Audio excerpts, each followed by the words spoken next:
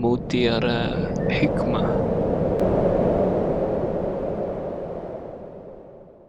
Ihdhar at-tasaddur qabla at-ta'ahul.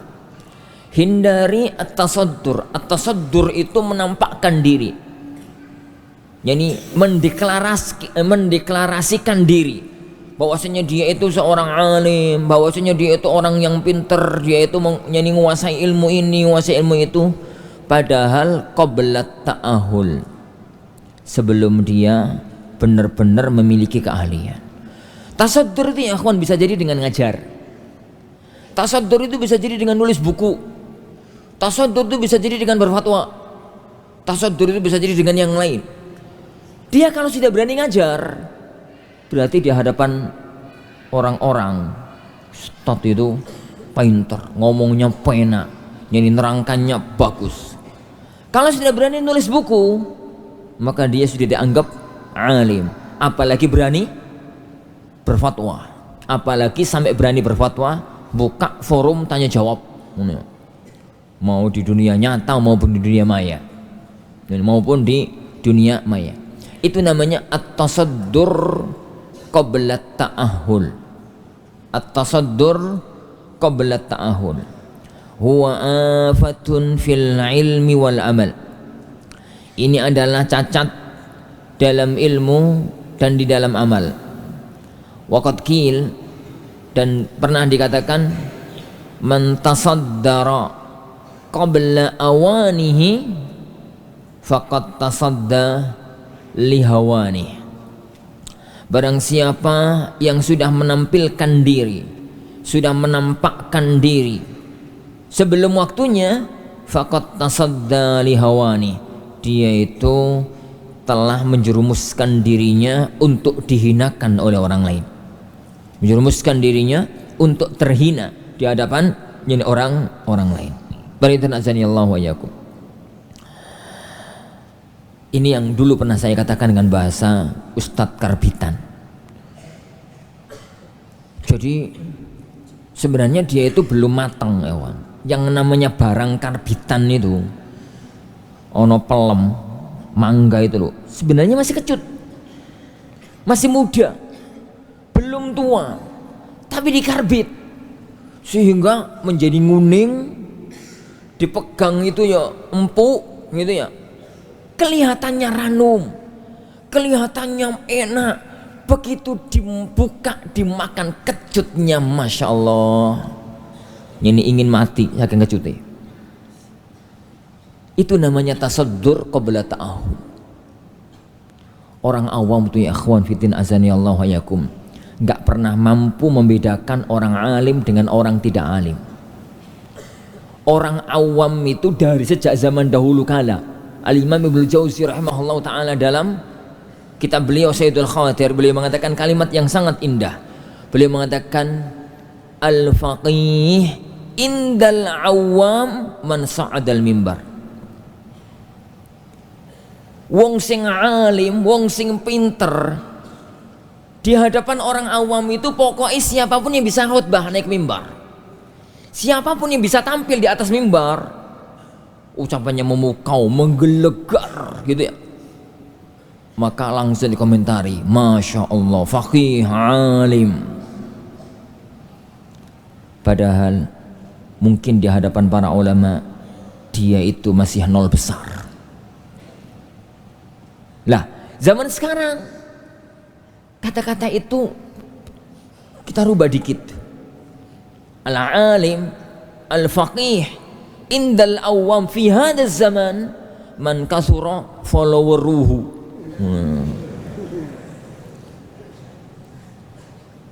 Orang alim, orang faqih di zaman ini orang yang memiliki banyak followernya, memiliki banyak pendukungnya, banyak apa itu jenenge dalam istilah-istilah YouTube, aku kurang ngerti lah. Ya nggak punya channel, ya nggak punya FB, ya nggak punya IG, ya nggak punya Twitter, sebenarnya alhamdulillah. Anda tidak mengingkari itu semua ya akhwan, tapi ingat, fitnah diagung-agungkan oleh orang awam. Kemampuan retorika kata itu gawan bayi. Ada orang bodoh tapi kalau ngomong itu memikat. Ada orang bodoh tapi dia persiapan gitu ya, kalau ceramah itu Masya Allah menggelegar. Tapi betapa banyak orang alim ceramah itu membuat orang tidur. Ngajar itu 99,9% tidur. Karena gaya ngomongnya itu, tapi ilmunya kayak lautan, sangat luas. Tapi ya kawan, kalau melihat sebagian masyayikh, ceramahnya sebagian masyayikh itu pengen tidur, pada ilmunya lautan. Karena masalah pinter ngomong gak pinter ngomong itu gawan bayi. Ada orang itu memang dijadikan oleh Allah Subhanahu Wa Taala pinter ngomong. Lah orang-orang yang semacam itu kalau kemudian cepat-cepat menampilkan diri, sekali dua kali dia tampil ke permukaan, langsung diundang ngajar sana, diundang ngisi sana, diundang sana, diundang sana, ngisi ini, ngisi daurah ini, ngisi daurah ini. Ingat, itu adalah jalan menuju terbongkarnya Anda di hadapan Allah Subhanahu Wa Taala. Karena itu ada dua penyakit. Penyakit yang pertama ya akhwan, di hadapan ulama dia itu akan sering diketawakan. Jadi dia itu akan diketawakan. Kenapa? Yo karena nanti muncul fatwa-fatwa yang aneh, muncul statement-statement yang lucu. Jadi dan macam-macam, kadang-kadang mau kitab itu gak ngerti, gak jelas mubtada, gak ngerti khobari, gak jelas maf'ul, gak jelas fa'ile, dan macam-macam. Yang kedua, tersibukkan dengan itu semua sehingga gak sempat memutkinkan ilmu, gak sempat memapankan ilmu. Dan itu terbukti, sering terbukti di kancah lapangan. Oleh karena itu, ya, mapankanlah ilmu, kokohkanlah ilmu. Kalau pada zaman dahulu orang itu nggak berhak untuk berfatwa, nggak berhak untuk ngajar, kecuali direkomendasikan oleh para ulama di zamannya bahwasanya fulan ini sudah siap untuk ngajar, fulan ini sudah siap untuk itu. Lah begitu juga ya akhwan kita. Kalau sekarang itu standarnya mungkin lulusan lah. Lah lulusan itu pun Anda tahu diri, kita itu tahu diri. Bahwasanya kalau memang itu kita itu adalah jurusannya itu jurusan fikih atau jurusannya jurusan akidah, jurusannya jurusan ini, jurusannya jurusan itu, maka jangan keluar dari konteks yang kita miliki, kecuali kalau memang kita menguasai ilmu tersebut. Kalau kemudian ada di antara untuk mengatakan, Ustaz, bagaimana dengan balighu anni walau ayat? Hadis itu nggak ada yang salah. Balighu anni walau ayat, sampaikan dariku walaupun satu ayat. Apa maknanya? Jadi misalkan antum pulang ya kawan, kemudian sampai di rumah, kemudian namanya anak pesantren disuruh ngajar, disuruh ngisi kulutum, disuruh khutbah, silahkan sampaikan ilmu yang didapat. Seandainya Arba'in Nawawi itu misalkan pada waktu liburan besok masih dapat 5, misal ya kawan, dapat 5, dan qadarullah antum itu kalau ngajar tuh enak, memang gayai, memang orangnya itu retorikanya bagus. Ngajar hadis pertama mantap, Masya Allah, rawi hadis, fawaid, masail, mantap. Hadis yang kedua, hadis ketiga, hadis keempat, hadis kelima, setelah itu katakan sama jamaah, apa ilmu saya baru sampai hadis yang kelima, hadis keenamnya tahun depan. Jangan paksakan diri untuk nerobos batas yang kita belum memilikinya. Dan itu penyakitnya orang itu ya Juan, sudah kadung diustadkan sebelum waktunya. Sudah kadung diustadkan sebelum waktunya. Kenapa? Penyakitnya orang itu hubul zuhur, senang dimuliakan, senang diagungkan, senang dihormati, dan itu dia akan berusaha sekuat tenaga untuk menampakkan diri dia itu sudah menguasai Arba'in Nawawi, padahal ilmunya masih sampai pada level hadis yang ke-6 atau hadis yang ke-5, apalagi sampai masalah istimbat. Orang itu ya kawan bisa istimbatul ahkam, jadi menampakkan satu hukum dari sebuah dalil. Itu kalau ilmu usul fikihnya mapan, kalau ilmu qawaid fikihnya mapan. Yang bisa kita lakukan kalau memang antum itu levelnya masih menukil fatwa, nukillah fatwa.